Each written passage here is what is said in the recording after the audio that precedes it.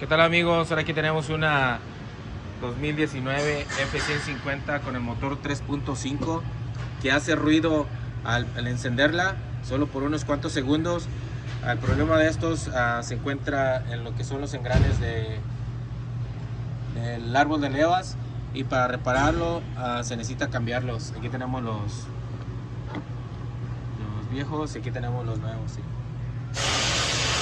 Aquí en este caso vamos a instalar nuevas cadenas, nuevos tensores y nuevas guías.